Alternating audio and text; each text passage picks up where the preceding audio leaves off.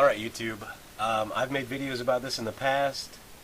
Hundreds of other YouTubers, thousands, have made videos about this as well. You've seen it all over the news if you're paying attention at all. But our president, Barack Obama, has signed into effect the National Defense Authorization Act, Senate Bill 1867. Despite all the reservations that he supposedly had about approving it, he passed it anyway.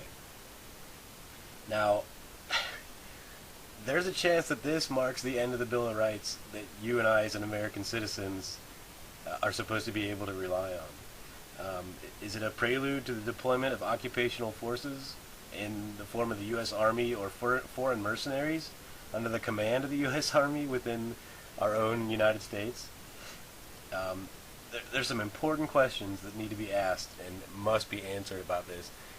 And if you haven't been paying attention to this yet, you've got to wake up and see what's going on for yourself. If you don't believe this video, if you don't believe me, if you don't believe what you've seen elsewhere here on YouTube or wherever else, do your own research and find out what's going on for yourself and realize what the hell is happening with this. This is a big, big deal. I'm going to share something with you here. Okay, we can only determine how such a potentially oppressive bill enactment can be by the past administration of such far-reaching actions by either the U.S. or other foreign nations, or should I say, dictatorships. The prospects honestly do not look encouraging. First, let me go back to President Obama, who by all accounts was ready to sign the predecessor of this bill, which was Senate Bill 1253, which did contain such language that it would have included U.S. citizens as being among those who could be detained indefinitely, along with terrorists, illegal aliens, and non-citizen residents. According to some sources, it was after the amendment of Senate Bill 1253 into being redrafted into 1867, which included provisions 1031 and 1032.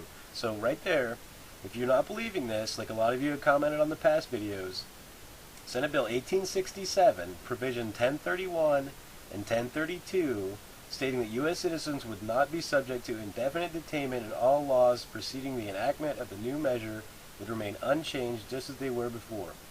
Okay? So why then did President Obama threaten to veto the new incarnation of Senate Bill 1253 that was now Senate Bill 1867 if American citizens were now exempted from indefinite Army detainment? You must not listen to the words of this president, but look instead at his actions, which will define who he really is and on which side of the issue he really stands. Obama has absolutely no reservations about deceiving the people as long as he achieves his agenda. The fact that President Obama threatens to veto this legislation was completely inconsistent with all the other oppressive legislation he's approved or supported in the past 3 years. I must admit I was not in the least surprised that the president did indeed sign this bill into law. The fact that he voiced doubts about it, totally irrelevant because he passed it anyway. The fact that Obama did sign it into law and noted his problems regarding it only typifies his insidious intentions while not wanting to take personal responsibility for his actions. This was simply a political move on his part to ease the condemnation that he will suffer and falsely reassure those that may still want to vote for him in 2012 that he's really not such a bad guy. What lies in the importance of Senate Bill 1867 is in the manner that will now be interpreted by future administrations and standing U.S. armies. The draconian potential for this bill is absolutely staggering.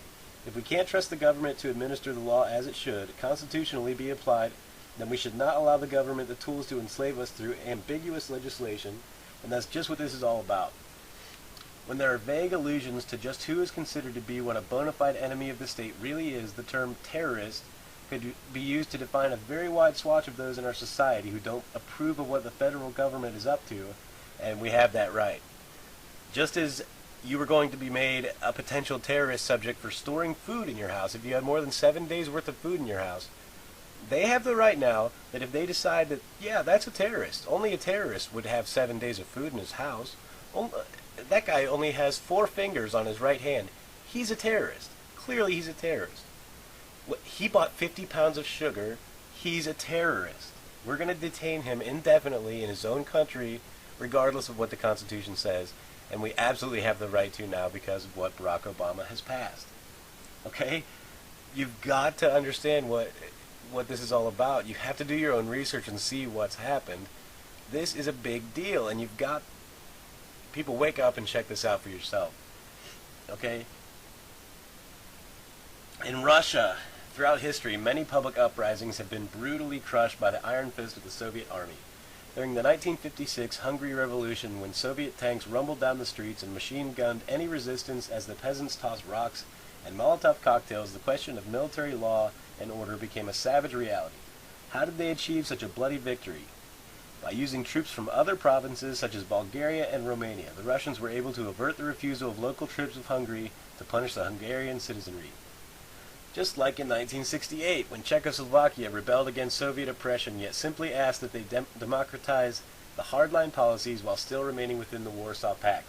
Negotiations lasted only days until high officials of the USSR determined no deal. Once again, foreign troops from neighboring and faraway Soviet satellite countries came to occupy the Czechs and banish any hopes they had of moderating the harsh rule of communism. Once again, refusal by local soldiers who might resist marching against citizens of Czechoslovakia they sympathized with was remedied by using foreign combatants. Now, Senate Bill 1867 could easily be misused under the same premise. Already there are calls for hiring foreign troops of other nations to make up the void being felt in the U.S. Armed Forces, as we are presently in a peacetime voluntary recruitment policy. That does not make enlistment mandatory as it was in Vietnam. There are plans to recruit soldiers from UN nations to serve in the United States Army.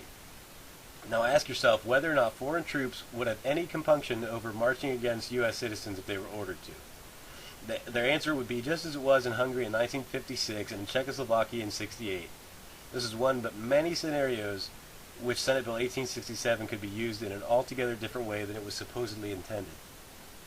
Can you imagine what Machiavellian event could be orchestrated by the government to give it Reichstag moment it needed just to justify martial law?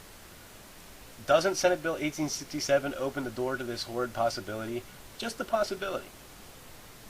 Everything's in place for such a situation to be realized. Let's go one agonizing step further. Suppose a certain president facing a certain landslide loss of the voting polls was to create a nationwide emergency, a dastardly act of terrorism, or a civil uprising that the law had now been changed to accommodate. Senate Bill 1867 would be that very bill. All they needed to deliver the nation into a perpetual state of martial law that would no doubt trump a presidential election. The dictator would be in place, the opposition neutralized. Just remember that the War Powers Act, another example, was never intended to be used in circumstances other than under a national emergency in which Congress did not have time to assemble and the President of the United States was literally forced to act on a wartime footing. Yet in every year since its inception, every U.S. president had elected to once again keep the War Powers Act in force so that no congressional approval is needed. Was America ever intended to be in a perpetual wartime footing with the Commander-in-Chief poised in that direction at any given moment? No. Congress was supposed to grant that power to the President. Now, Senate Bill 1867 allows not only the President but the Secretary of State and Secretary of Defense to declare a status that legitimizes the domestic deployment of the U.S. Army. Do the math. Connect the dots. The deed is done, and once again, we've been lulled into the trusting words of those who can alter policy at any time. Amend a given act to shape policy to their liking, and ultimately declare a state of emergency that justifies a grotesque transformation of a free country into a fascist dictatorship under the illusion of a temporary state of emergency. The President actually doesn't even have the right to constitutional authority to dismantle our Bill of Rights, but we're allowing him to do so. People, please, again, I'm not asking you to believe everything I'm saying. You don't have to do that. You don't have to believe what you see in these other YouTube videos. I know some can get out of hand. But I am asking you to do the research for yourself. Go to google.com, go to whatever your search engine is, type in the NDAA, type in S.1867, type in National Defense Authorization Act. Whatever you want to do, go find out some information for yourself. Go to the sources that you trust and find out for yourself what's going on and what this means to our country. Thanks for watching, everybody.